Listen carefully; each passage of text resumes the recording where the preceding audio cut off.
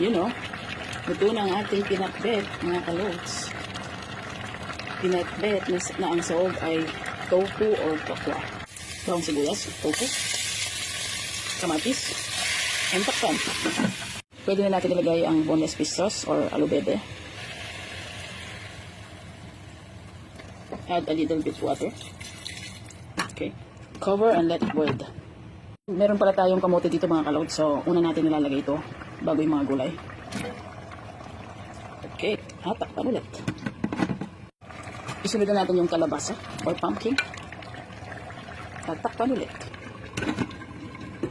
See you later. Natin nilagay ang talong at okra. Last natin ilalagay itong ampalaya, mga kalods. Gusto ko kasi sa pinakbit, ito yung gusto ko sa lahat, yung ampalaya. Gusto ko kasi yung crispy siya, kaya ilalagay natin sa taas. Huli natin isasahog.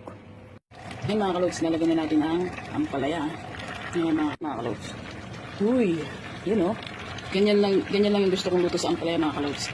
And lagyan natin ng konting oil. Yan. Takpan natin ulit for about 2 minutes, then goods na yan. You know, luto na ang ating pinakbet, mga kalods. Pinakbet na ang sahog ay tofu or tokwa. Try na this. Kain na tayo, mga kalods. Thank you for watching.